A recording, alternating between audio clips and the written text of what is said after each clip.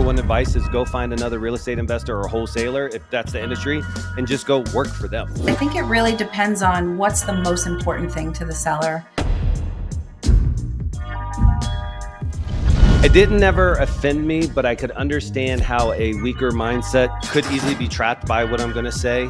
We know how to grind. We know how to make money. And we stop not because we're lazy. I think we stop because we're afraid.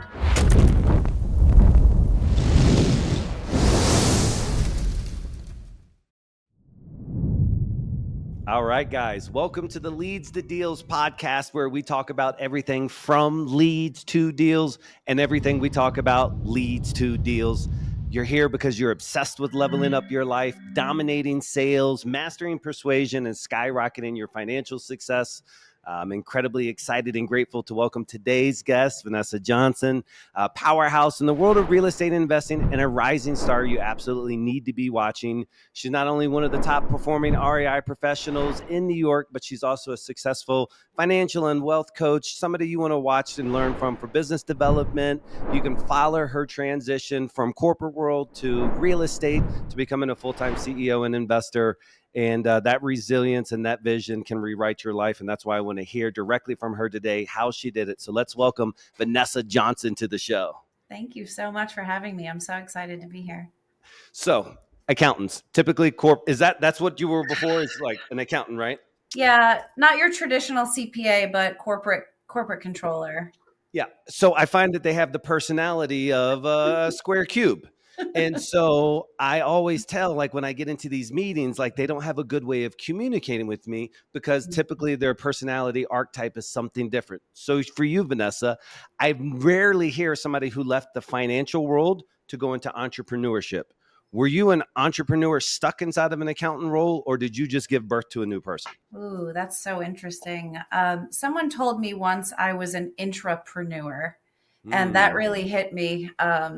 And I kind of took it as an insult because I realized in that moment, no, I'm an entrepreneur. I think I worked for other people because of the safety that it gave me. I was a single mom for a really long time. And there's just a lot to be said for that standard paycheck that you're going to get. You can count on it. Even though I knew that I could bring a company to another level, even though I knew I would show up in way more excellence than anybody else. And yes. I knew I could do things that other people are not willing to do. I was so scared to leave. I had my most successful, and sometimes he watches these, so hopefully he catches. His name's Chris O'Neill, my most successful CFO ever. He owned a bar in Boston for multiple years, and he had this career path, and that's what he was doing. Then somehow he actually fell out of that into the corporate world.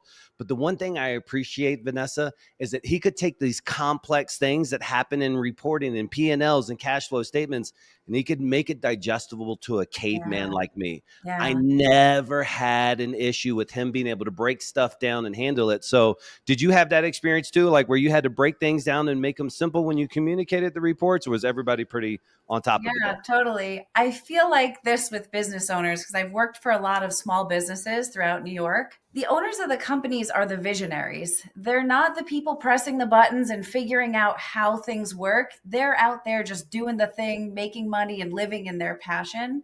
So I felt like I was a great asset to come in because A, I can understand your mind and the passion and what it takes to drive you to the thing. But B, I also really understand the inner workings of the system and the process.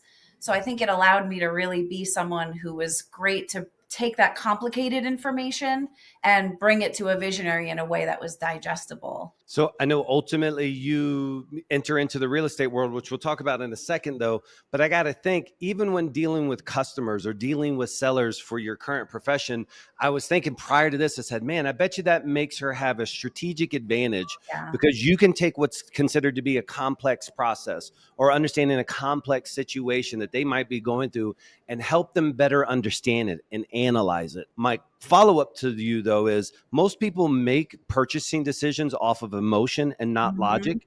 Have you ever struggled with coming from such a logical background that, hey, I wasn't putting enough emotion into my communication to get the seller or the person to take action? That's a really good question. I feel like since most sellers that we work with are in distress, how you do anything is how you do everything, you know? Mm. So their finances are not in line. So their next place to go may not be all figured out. So I think what's really good for me, what I bring to the table is I have an understanding of the whole picture. And I come from compassion and transparency. So a lot of times on the phone with a seller or even in person, we're looking at, you know, what do you want to be left with when this situation is all said and done? And how are you going to move forward? And I kind of go through that budgeting framework with them in a way that's simple and easy for them to understand, because I'm not just about buying your house and leaving you flat, you know, flat Yeah. nowhere, but you know, it takes understanding a little bit of the foundation. And I think it's a way that I can make it a simpler acquisition by allowing them to really see what's valuable for them on the other side.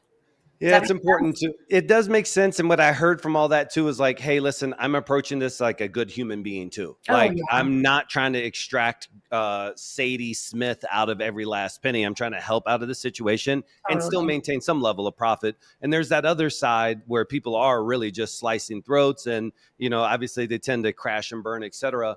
I'm curious though, going back to you who had been in the corporate world, college educated, even though you were helping with financing, I don't know the story. Like, what spurred you that last day to be like, okay, I want to now go out on my own?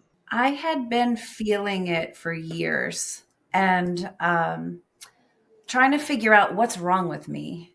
I'm six-figure earner, own my Yeah. own house, brand new car, motorcycles, all the things. Yep. What is wrong with me? Why am I still feeling like it's not enough? So I dove into personal development actually to really uncover that there was a lot under the surface that I've never even looked at before, which was way cool. And that's, you know, probably off Roughly how topic. old were you when that journey had started happening, if you don't mind? 38 and I'm 42 now. Okay, I love Yeah. it. And So so it there was was in there for a while, percolating, making you kind of just squirmy, right? questioning and feeling bored, and most people would kill for where Yes. I've come from growing up in childhood Sure. to what I was able to create. Most people look at just that and go, holy shit, you know, Yes. like you already won, what are you Yes. doing? And it just kept pulling at me, like I know that there's more, I know that I am more. Yes. So yeah, it was just the great unraveling of all the things that were holding me back from really allowing myself to see that I can do this. Did And you you want to look at, laugh? go ahead. Tony Robbins, cold Yes. walk. Like I literally came home like I'm quitting my job.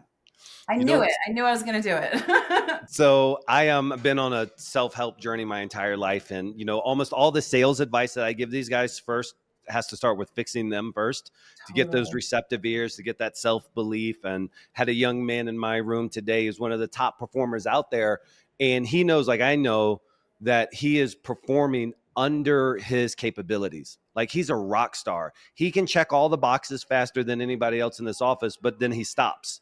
And so Hmm. he's a lazy perfectionist. And so we just Hmm. try to say, hey, listen, the one piece of advice, if I was your mentor, if I was paid, I would literally meet you at your house every morning to start your morning, and I would just have you write out your goals. The same ones that you wrote the day before, let's write them out. I need you to feel accountable when your pen hits the paper and says, go to the gym today, and you don't go, and you didn't go, Yeah. et cetera. Just these small things. What I loved about Tony Robbins, and what you said, is Tony Robbins changed my life forever. And also at a coal walk, Vanessa, in Orlando, because I bought a DVD while I was there, and I've always enjoyed Tony. But I bought a DVD, and in this DVD, it had some guy named Frank Kern, and he was talking about how you can hire people offshore, and this website called Elance. Anyways, it was just this one event, and Cole walking bought a disc, and then literally I was like, okay, I mapped out everything from that event. So it's super I love cool that. that you've had Yeah. those types of experiences as well. Yeah, I love that. I think going back to what you were saying about the gentleman in your company as well, we get to a certain point because we know how to survive, we know how to grind, we know how to make money, and we stop not because we're lazy. I think we stop because we're afraid. We're afraid of success and we're afraid of failure because there's something down in there that still feels like maybe we don't deserve it until we get to the root of that thing and then we uncover, oh shit, I'm still in survival and I Yeah. get to let that go. It's such a beautiful conversation. I'm curious, did you also look at it as like the golden handcuffs per se, that you were in that situation where you Totally. were captive, if you will, by your Mhm. lifestyle and just the right amount. Yeah. It was this limiting belief of like, I'm never going to be able to do Yeah. this. If I start my own, I actually had a coach who I thought in the moment was like a really shitty thing to say to me, but hindsight, she was like, you can work with me and we can, succeed together, or you can do it on your own and spend 1,000 hours a week. And she like made entrepreneur life sound like the worst thing to do. And I was like, oh, I don't want that, you know? But I realized like I am that person. I am going to go 100%. So why am I doing it for someone else? Why am I creating wealth for another person when it's available for me? Even in leadership and team, when you're the number two of someone else's dream, your leadership, yeah, it's important, but you don't have the say. You don't build the team, and I felt like I was being stunted for being surrounded by who I really wanted to be around. And I have that now. I get that Yeah. freedom. We built a team. We have about 10 people so far. I love it. The most dope, amazing, growth-minded, aligned people like my company is the best company I've ever been in, right? Because I got to choose who's in it based Yes. on who I am and what values are important to me.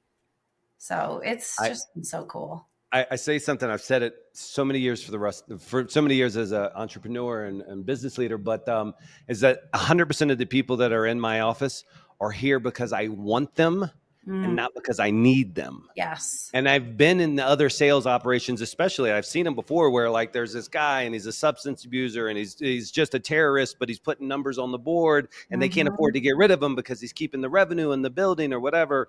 And so, like after watching that so many times, of people having to force themselves to keep a cancer on their team throughout my youth, growing up in the sales tracks, I knew for sure, like, hey, listen, once I'm the one who's the captain of the ship, they'll only Mhm. be there because I want them. I don't want to ever be obligated to keep somebody whose frequency is lower than the vibe that I want to have my team at. Hell yeah. That's so dope. I love that. Yeah, I often felt like I was out of place. Yeah. Yeah. I'm the person that's really wants to show up. I put myself and I think about your story, and I'm again super pleased, and I have a bunch of like technical sales and analytics questions, etc. But Mm. I find a lot of times people, when they're in that journey, some of it's related to the people they surround themselves with. And so Mhm. whether it's family or friends that just either allow them to be okay in that leveling off, they don't necessarily want to see somebody they care about take a risk because they're so risk averse. And Sure. especially with you coming from the finance world, you have to have a mindset of some risk aversion, et cetera. Sure. Did you have to change the people around you? When you changed, did people around you also, like, how did that work with your social group, if you will, once you said, hey, I'm going to go be this version of Vanessa? My social circle changed a lot. Almost the moment I started working on myself. It's so crazy. I actually went to LA and I did a transformational program. I flew out there across the country like 4 times over the spread of one summer. Yep. And I just started to notice, like almost like looking at the world through different eyes, noticing like who's showing up as the victim, who's showing up as blaming people, who are the people that are going, why does this happen to me? Instead of writing their own story and being the victor. Yes. And at first, it was really difficult because I felt the guilt and like, am I being selfish? Yep. But then I just got to realize we only get to be here once. We get this one finite life, and it's up to us to make it great or make an excuse. So I really, really got clean on who I want to be surrounded by, especially now. I mean, joining boardroom and other masterminds that we're in, the level up you get, the Yeah. energy you get just by being around people who are doing what you love and showing up the way you do, it changes your entire life. I have a quote in my bedroom. There's a wall that's part of its glass. And I have right now, I have one master powerful quote for every week so far this year. And so every morning every Sunday, I put whatever the most powerful quote I had heard that I week love was. that.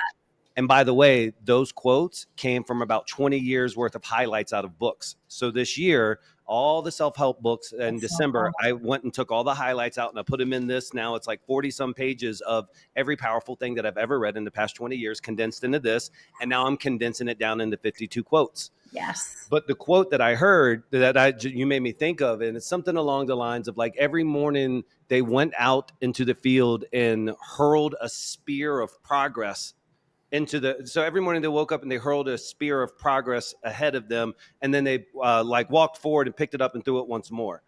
And so, however, I'll get it correctly, but it's the mojo of like, hey, listen, my objective today is to go out there and move the ball forward. And as soon Mhm. as I get it, I pick it up and I throw it again, and I pick it up and I throw it again. So Yeah. it just makes me think about what you're saying. It's like, hey, that's a major progress moment, and you can regress too. And so, what I love about this story is like, hey, not only did you change yourself or move on yourself, but then you surrounded yourself with people that you wanted to be surrounded who had Mhm. that same mindset. Is it hard Mhm. in New York? I mean, I guess it's hard everywhere, right? But how did It's it go with hard. hiring? It's hard in my specific circle and family, you Sure. know. Um, but it doesn't matter because it's out there. People are out Amen. there. There's connection. I met you. I met a lot of really great people. So it's definitely possible when you're intentional and when it's what you want to do, you do it, or you So make let's an excuse. you yeah, know. let's trade for the guys and gals that ultimately come across this content and they have their small teams. What are some of the things that you're looking for, and what are some of the things that you're doing to nurture this wonderful group that you have to give them resources or tools? So what I love about the people that are in our group is we share the same core values. And that's something that I put right in the front of every conversation that I have.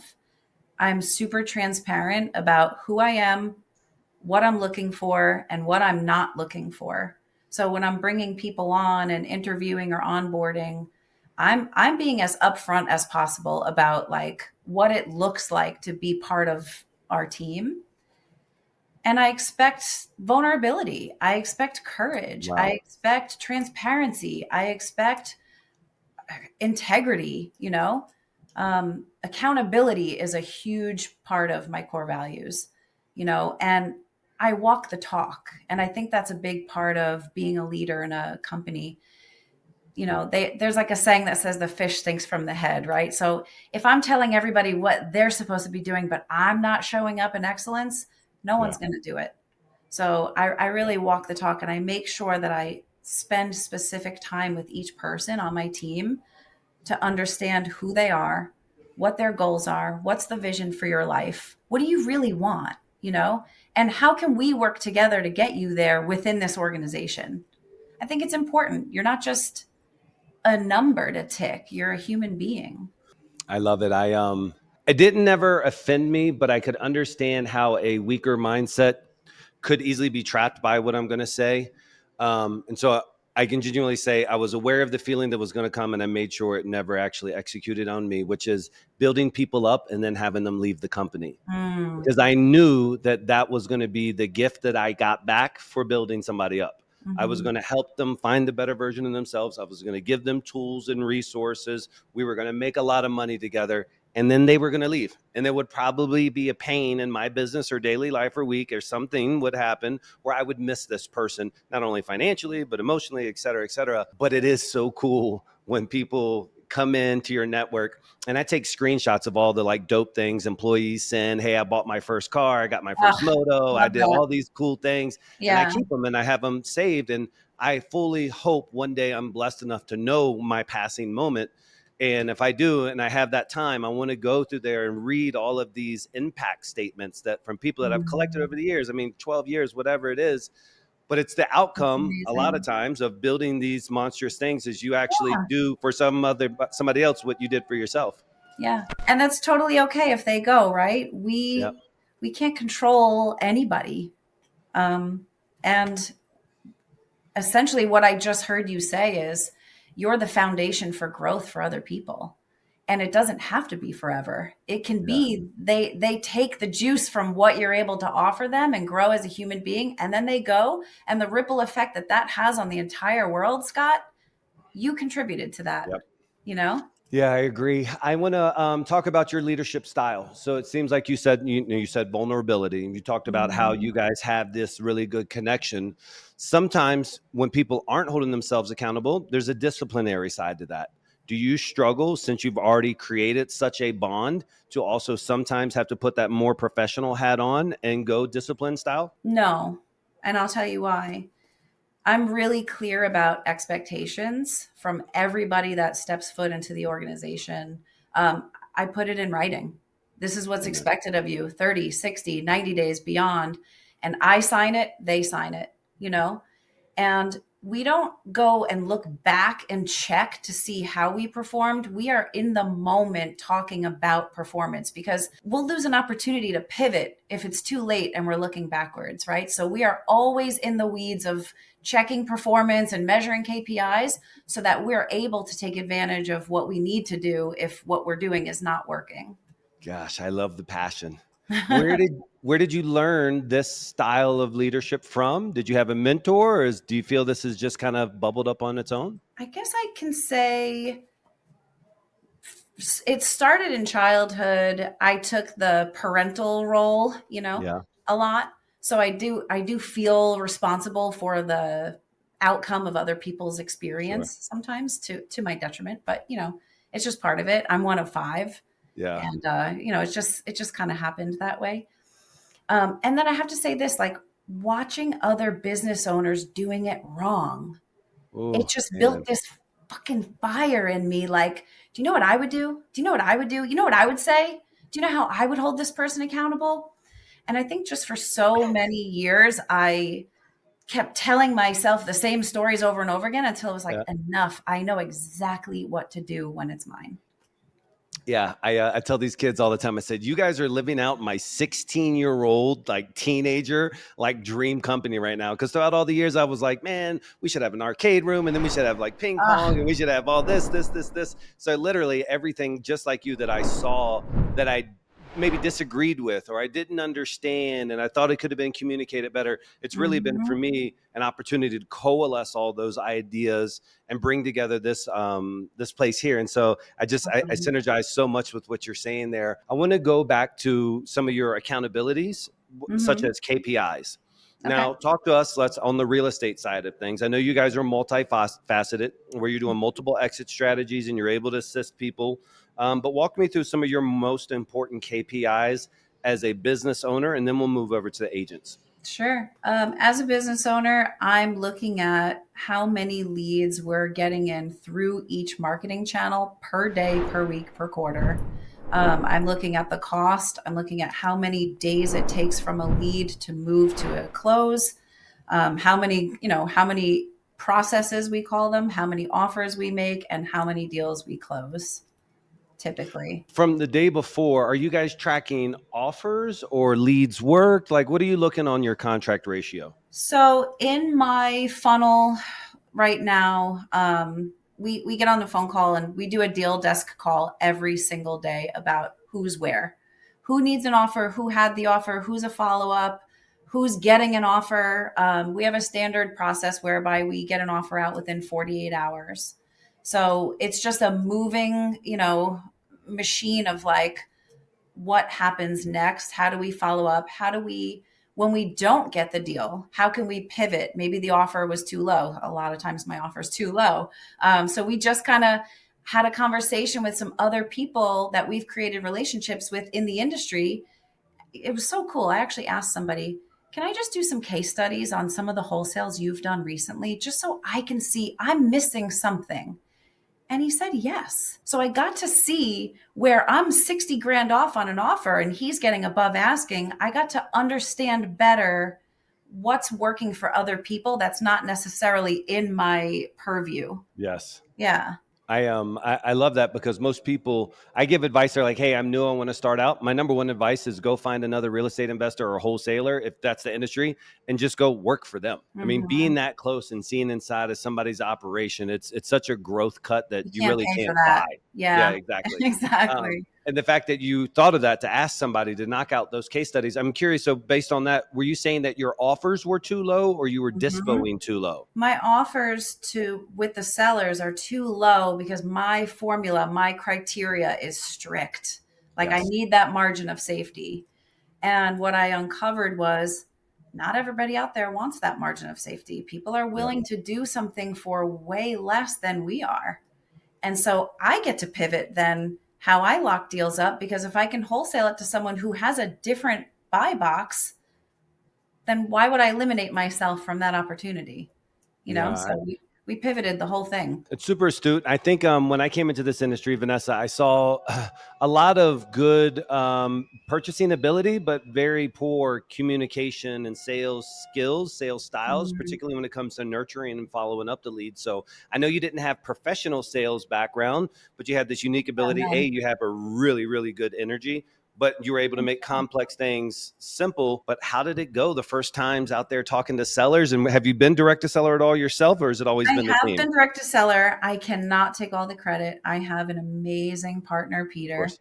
He owns 3 brokerages. He's like superpower of sales. Um, Love it. he's just like the put me out there coach, So we built a team around him and that very specific skill that he has. So, he's making cash offer, an ovation offer, a listing offer, whatever fits, you know. I do have some, Sure. direct to seller where I'm able to build rapport. I think that's my superpower. I'm just I agree. open. I'm just going to Yeah, tell you what's going on. If it doesn't work for you, that's totally fine. I want it 100%. to work for you, but we actually built a really great team in terms of follow up. We just implemented a follow up specialist on the team. This Nice. gentleman, David, shout out to David. He's the man. He is the man. He is on every single lead. He is on my ass. He's on Peter's ass. Like he doesn't give up. I love that. Yeah. So talking about your business partner, when you look at that and you say, okay, what is it that he's doing? If I have somebody come onto the team, these are these communication styles or sales skills that now like you can observe, oh, that's more than just his personality. That's like a strategy or a tactic. Mhm. Yeah. His come from is just confident. Hmm. Um, and he's genuine. Like Yeah. it's not a script. Peter's heart is just genuinely to come in and go, how can I help you? And like that's the core value of our company. We want to create a win-win for everybody. So his come from is just let me hear the problems, what's going on, how can I build a scenario in where you have the solution and we make a little money also. you know I am. I do a training. I'm here in South America, and I had to pull up on the screen the other day Mary Kay cars because Mhm. me using a Mary Kay reference down here isn't going to mean anything. Doesn't And fly. so I had to explain to them. I was like, "No, you don't understand. These ladies, they would sell so much like makeup and stuff that they would get like pink Cadillacs." And I was like, "You would see Mhm. them, especially in the '80s and the '90s. You'd see these hot pink Cadillacs all over the place." And it's that Mary Kay quote, though. I think it's so important to sales, and it sounds like what Peter does as well too. It's where she says, hey, just treat everybody like they have a big sign around their neck that says, make me feel important. And Mm. when you can go into sales like that and it's Mhm. authentic, like, do I really care About about you? you. Yes. Exactly. And Yeah, then people open up. And if I know that if you know that I care about you, then you're going to share with me and you're going to share more and deeper. And it's not going absolutely. to be the high level stuff. So really sounds like Peter's got that innate ability to get people to share. Absolutely. Yeah. Does, does he do some of the sales training with the team, or you guys follow a particular sales process? We don't follow a sales process. We started with results driven. So we did some work with them. Yep. They were instrumental in us just starting our business. Because Sure. like I said, I came from corporate accounting to real estate investing and I didn't know the first thing about lead gen. Like, it was a completely new world to me. So they were huge in just me understanding the systems and the process. And we do get scripting and coaching along with that. So I Sure. think there was some implemental value definitely for me. Peter just is Peter, man. Yeah. We're trying to duplicate him. We're trying to create a bot for him. It's just he's got something really special. So as I talk to people nationwide, everybody asks me, hey, what's some of your favorite markets out there? And I love the Northeast. I love Yeah. Connecticut. I love Massachusetts. I actually love upstate New York. I like Mm-hmm. your market, but upstate New York, there's no pressure from any cowboys in from the out of state. It's a very, very soft market. And we've seen it in the KPIs where it's just like, wow. But New York's an attorney title state, and there's all these other complexities in New York. So walk us through what you have to be better at to do business in New York than maybe somebody in Texas doesn't. Ooh, we have to be better at getting the identifying non-committal language and getting the seller to the attorney. Because we're an attorney state, it doesn't matter what they sign. It doesn't mean shit until we're in contract, you know? So a lot of times there's a gap, well, another really important thing is having the right team of attorneys. If we don't have an attorney that can turn a contract around in 24 hours, the deal's dead, because the market is so inundated with investors. These people's phones are ringing all day long. And if someone comes in at 20,000 more than me, it's gone. It doesn't matter how much rapport I just built, how many times I answered the phone at 9:30 at night, how many times they were texting me and I'm searching for their new home and helping them reach out to the listing agent. It's killer. So really being dialed in on our processes and being able to identify, like, when we feel it slipping, we have the team in place to push things over the line is huge. We actually have a transaction coordinator also. I don't think everybody uses a transaction coordinator, but we would be dead without her. Absolutely. I'm curious though, back to your the contract needs. Are you saying that you can't even send out a PA, just your first in until the contracts, until the We send attorneys? them. Do you know how many of those I have signed that I'm still calling? Like we've gotten ghosted before in the past because they're not really binding. They're not binding unless the attorney, their attorney is assisted. Wow. Absolutely. It's rough. Yeah. Stuff. But it puts up a barrier to entry that also keeps out a lot of the cowboys. And so I never talk to any of the big players in Arizona who are like, yeah, I just started a campaign in New York. Most of the big players won't touch the Northeast. Nobody wants this. Nobody wants these punches in the face from New York. Are you guys primarily face-to-face, or are you virtual when you're locking people up? Face-to-face, yeah. Amazing. It's just what works here. We tried the virtual. It doesn't land.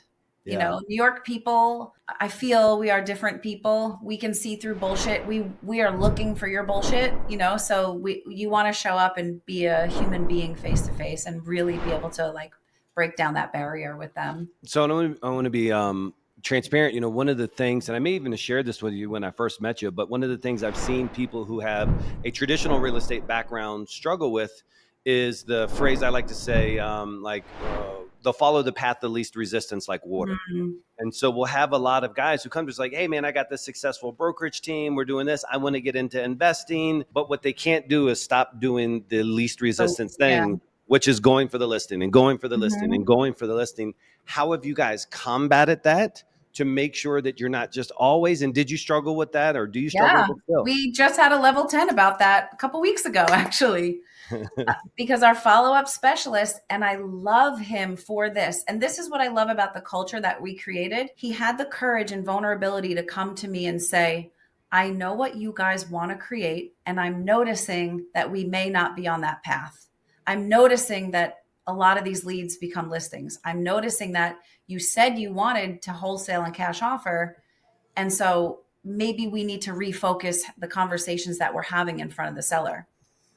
And I was like, dude, thank you. Thank you. Because sometimes you're just in the grind and you don't see what other people can see. So for him to call us forward and say that, I mean, literally 2 hours later, I'm in a face-to-face meeting with Peter, like, listen, listen, broker. Makes sense. Yeah. And go ahead. I was going to say, the beauty of it all is that the relationship that we have, the vulnerability that we have, the trust we have in each other, I can say that to him. There's no ego. There's no bullshit. Like, we all want to win. We all want the same thing. We're all on the same team.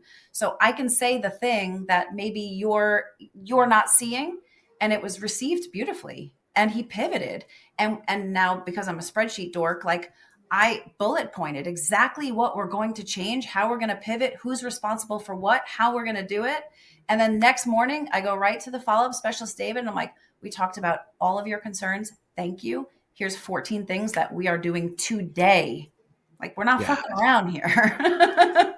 But that's what every successful entrepreneur, and if everybody just really Oh, appreciated what was behind that, it went from yeah. problem to strategy to implementation within 24 hours. Yeah. You got Um, to be open.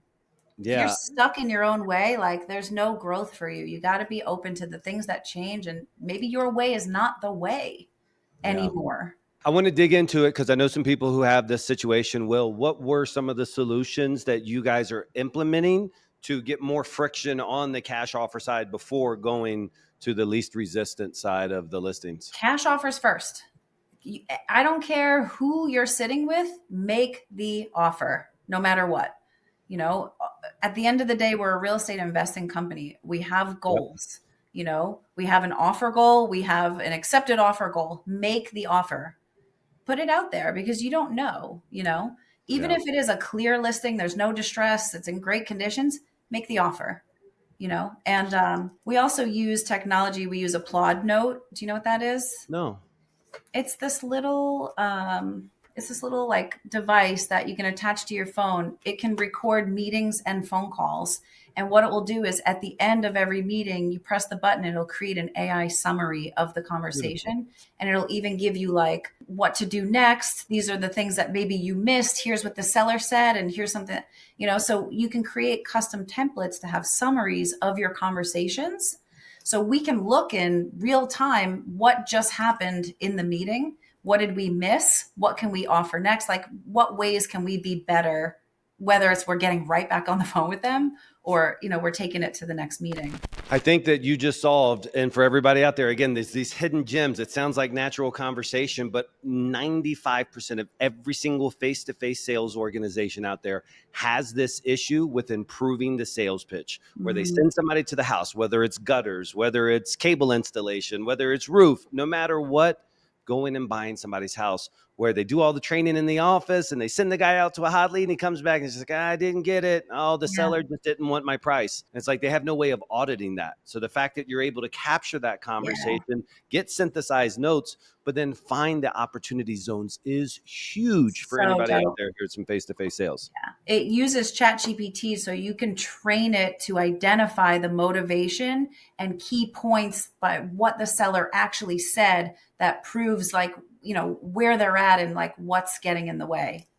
It's really interesting. Post this call, we should get on a Zoom at some point. We have built out the most amazing, and literally yesterday we just took it up to another notch. That I'm like, that one of these belts I won from doing an AI presentation at a mastermind about how we've trained ours to analyze call recordings. I'd Mm, love to just show you ours and see how you have your setup as well too. yeah, no doubt. But I think you'd really, we spent months and months and months and months building this out right now, so it's super beautiful, and I appreciate the power of it because it's not only just the agent can kind of have an off moment, but the person who's auditing that. If I'm being distracted, if my kids, if I got to rush out of the office, the Mhm. advantage with having GPT is I can train it under the best skill sets. It's never going to be emotional. It's going to be able to understand and synthesize. And it also makes it so I'm not the bad guy. It's like, this is what Yeah, it's saying it's and the it shows data, it. right?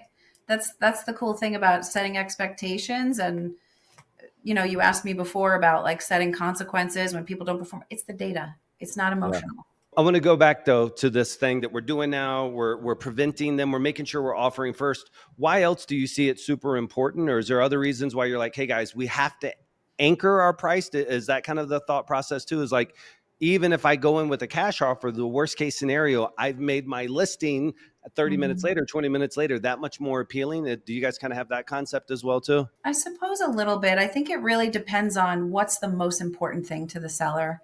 Is it time? Is it money? Is it Amen. the conditions? You know, it really depends. And a lot of times with me, the conversation sounds like, what do you want to walk away with? What's next for you? What is your life going to look like on the other side of this? And what do you need to get there? Because oftentimes they go on Zillow and they see $700,000. It's not a $700,000 house, Yeah. but if you owe three and you want to walk away with 100, and you can get your credit cards paid, you can get the car, you can put a down payment on another house, maybe 450 doesn't sound like a terrible offer, you know? Yeah. So it's just putting reality. We're literally like injecting reality into people by using numbers in a simple way. And we're just, you know, we're just talking.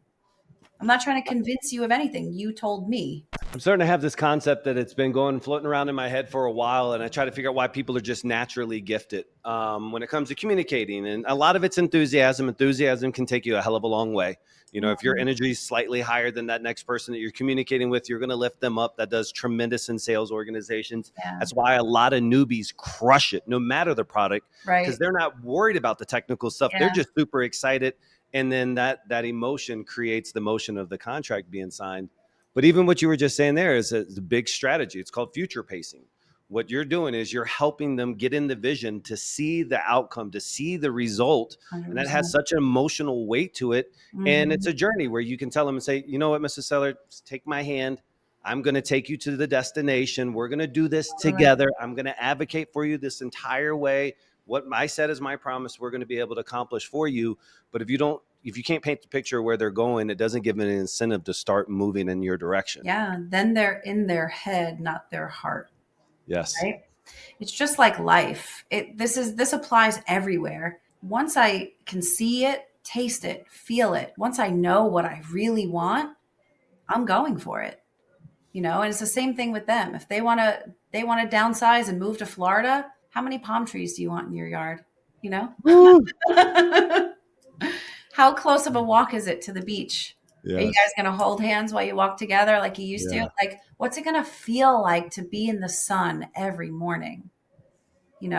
And just, I mean, once you're enrolled in your own life, you're not going to stop at anything until you get it. Amen. Yeah, I hear that and I say, wow, this is somebody who has to be good at active listening. Yeah. And that's another one of those key components because I'll listen to calls all the time. And the guy's like, my wife passed away 6 months Mhm. ago. And maybe they give I'm so sorry for your loss, but they don't stop to ask, do you mind if I ask how many years you've been married? And just spend a moment. That's such a vulnerable thing that guy just said. And then Yeah. later he's like, yeah, I want to move. And they're not making the connections that he's just lost his spouse. And now he has to go to assisted living and how scared he is to go into this place full of strangers, how his family, he feels abandoned. And there's just so much of this There's that's so so much. raw, Yeah. hidden. And the worst thing that you could do is be transactional with somebody who wants to do a transaction with you, but you don't bring that human element. And the most successful people navigate both of those really well. Yeah, I agree. We're humans, Yeah. right? Yeah. We're not facts. We're not bots. Yeah, I agree. I love it. Again, I just see somebody like you, and I was blessed enough to meet you a number of months back, or really get to know you a number of months back. But you definitely have a natural, really good motion and energy about you and your Thank you. team, and the way you guys communicate. And I think that there's so many more, and I say this with love, technically advanced companies that are ahead of you by time and Mm, not like motion. Like, yes, they might be a mhm. bigger company and yeah, they might do a little bit more revenue, but it's only because of the time that they've been doing it. If they would incorporate some of your leadership style, Vanessa, and really have those genuine bonds in the company and really Don't have tell that. him, Scott. Don't tell him. No, I'm going to catch up with them here. Let's delete the podcast. But I really do love it. And it's been inspiring for me. Do you know who Eric Brewer is by any chance? I don't think He so. he teaches novations. He's really known Oh, really, really well out of Pennsylvania. He just gave a speech at CG the other day, and he's just a really good gentleman. But he did 45 minutes on what he's done to really dive into people and his team. And he gave us the same chart that he uses with his team on their 1, 3, and 10-year goals, and just really diving into. And he brought out this super cool thing, and I bought it from Amazon. I'm waiting to pick it up when I return to the States. But it's 80 core values. Honesty and this and this. And he was like, you want to really get in tune with your leadership team. What you do is you say, take 80 and say, put 40 to the side and 40 over here. And then, so like, these aren't my core values. These are, he's like, in the beginning, everybody's got a lot because they all want honesty and they all want this.